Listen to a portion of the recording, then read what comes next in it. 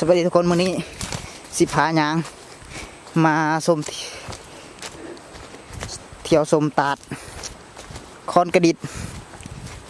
บ้านห้วยจอดเมืองปากซองแขวงจำปาสักเนาะสิมายางเที่ยวเบิ่งในกำมาฮอดจอดเทิงเนาะตาดคอนกระดิษนั่นนี่เนาะสิพาเที่ยวพาชมเบิ่งใกล้ๆก่อนเนาะตาดคอนกระดิษ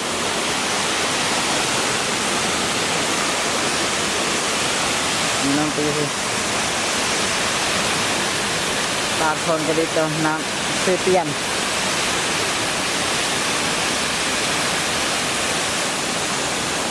ทิวทัศน์งาม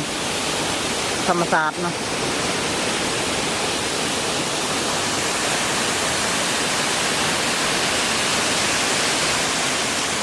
ใครอยากมาเที่ยวมาชมได้เนาะบ่ไกลบ้านเฮาเนาะเมืองปากซองบอระเบนบ้านห้วยจอดนี่เนาะนี่อันนี้คือกกดอกอันนี้เนาะดอกซอยเนาะมีแค่มีในนี้ดอกซอยเนาะดอกซอยลายอยู่ลายดอก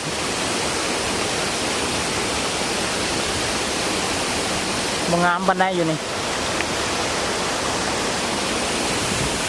เนาะจังซี่เนาะ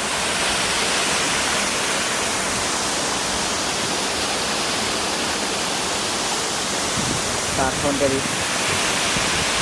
ใครอยากมาเที่ยวมาชมได้เนาะงามดีมาตอนนี้เย็นพอดีอากาศเย็นสบายอาบน้ำเย็นสบายเนาะ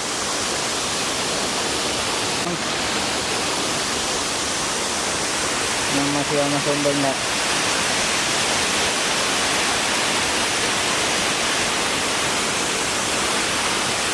อากาศดีแบบนี่เนาะธรรมศาสตร์บริเวณรอบๆ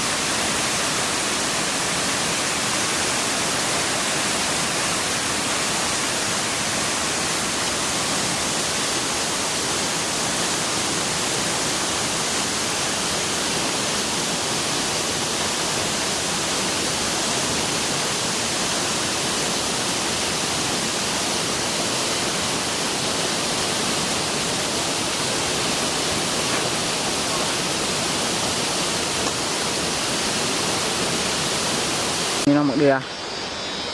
อปลาลายอยู่หุ่นอยู่ถึง